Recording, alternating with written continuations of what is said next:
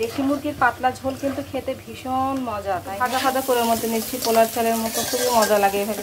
2 কড়াই একসাথে বসিয়ে দিয়েছি, কারণ 2 করে রান্না করে বেশি সময় নাই, ছেলে অসুস্থ ছিল, রান্নাই করতে পারিনি ঠিকভাবে।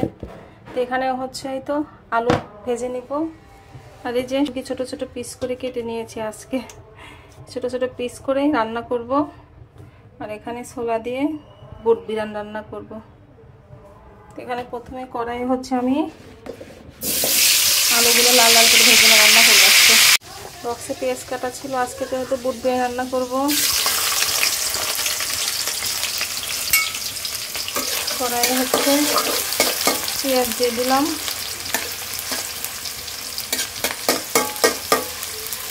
পেঁয়াজটা একটু ব্রাউন কালার করে ভেজে নিব। এই যে হালকা লাল লাল করে ভেজে নিয়েছি। এখন আমি এই যে চাল দিয়ে পোলার চালের মতো খুব সুন্দর করে কষিয়ে নিব। পোলার চাল যেভাবে একদম ভাজা ভাজা বানাবো, এটা ঠিক সেভাবে একদম ভাজা ভাজা বানাবো।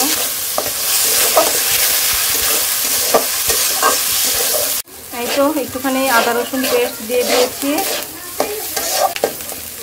এই পাশে আলুটা একদম লাল লাল করে ভেজে নিয়েছি, মুরগির মাংসের ভিতর দিব। এখন সেটা উঠিয়ে নিচ্ছি, সবগুলো উঠিয়ে নিই। সবগুলো উঠিয়ে নিলাম। এখন হচ্ছে পেঁয়াজ দিব কড়াইয়ে মাংস রান্নার জন্য। বুট বিরিয়ানির চালটা সুন্দর করে একদম পোলার চালের মতো ঝরঝরে করে ভেজে নিচ্ছি, চাল ভাজার মতো হয়, এটা খেতে ভীষণ মজা লাগে। এই যে অনেকদিন পরে মনে হলো এরকম একটু খাই, অনেকদিন তো এরকমভাবে খাওয়া হয় না। নানি দাদিরা যদি এইভাবে রান্না করতো, আমার দাদি এইভাবে রান্না করতো, আমার চাচিরাও এইভাবে রান্না করতো, বেশ মজা লাগে।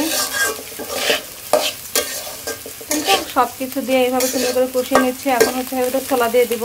অনেকগুলো ছোলা রান্না করে রেখেছিলাম, আমার বাসায় আসলে কেউ ছোলা খায় না, তাই তো কি ভাবলাম কি করা যায় ছোলা দিয়ে। আমার ছেলেও খায় না, আমার মেয়েও খায় না, সবার পাপাও পছন্দ করে না। আমার ছেলে পছন্দ করে ছোলা, কেনা ছোলা, বাইরে থেকে কিনে এসে খায়, কিন্তু বাসায় রান্না করে খেতে চায় না। আমার বাসায় আবার খিচুড়ি সবাই অনেক পছন্দ করে ছোলা দিয়ে রান্না করলে, ছেলে একটু কম পছন্দ করে ছোলা, ও আবার মুগের ডাল দিয়ে খিচুড়ি রান্না করলে পছন্দ করে। এই যে একসাথে দিয়ে একটু ভালোভাবে কষিয়ে নিব, এরপরে পানি দিয়ে দিব। ভালোভাবে একটু কষিয়ে নিই, মানে একটু ভাজা ভাজা করে মধ্যে নিচ্ছি, পোলার চালের মতো খুবই মজা লাগে এভাবে রান্না করলে। ছোলার পরিমাণ একটু বেশি দিতে হয় এভাবে রান্না করতে গেলে, বেশ মজা লাগে।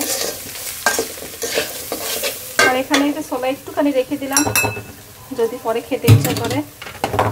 দেখতে পাচ্ছেন একদম কিন্তু ভাজা ভাজার মতো হয়ে গেছে, দেখতে পাচ্ছেন, এইটা খেতে কিন্তু ভীষণ মজা।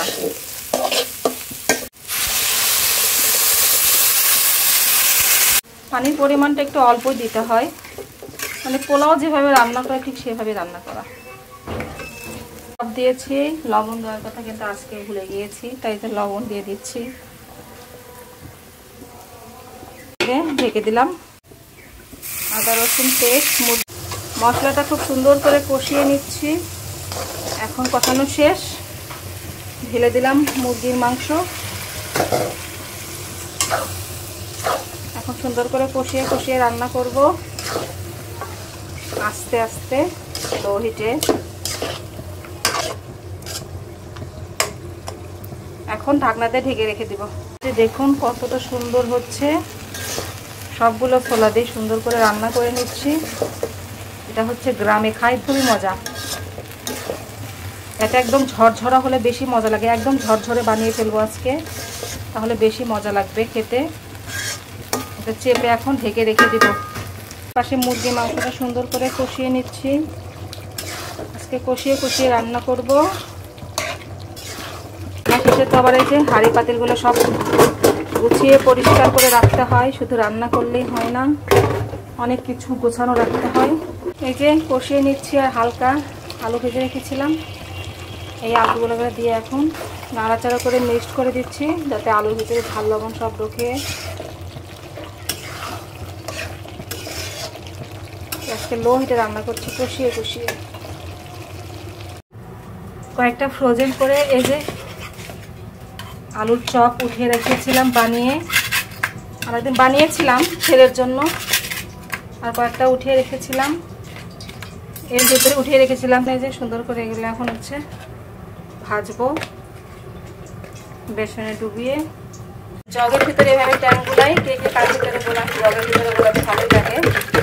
এভাবে জগের ভিতরে ট্যাং গোলাচ্ছি, পরে হচ্ছে গ্লাসে গ্লাসে ফেলে দিব। আজকে বাসায় ইফতার শুধু খাবার আমার ছেলে আর আমি করব, আর কেউ করবে না। সাবার বাবা বাইরে ইফতারি করবে। একদম পাতলা করে কোট করে নিয়েছি, বেশি মোটা কোট করলে আমার ছেলে খেতে চায় না।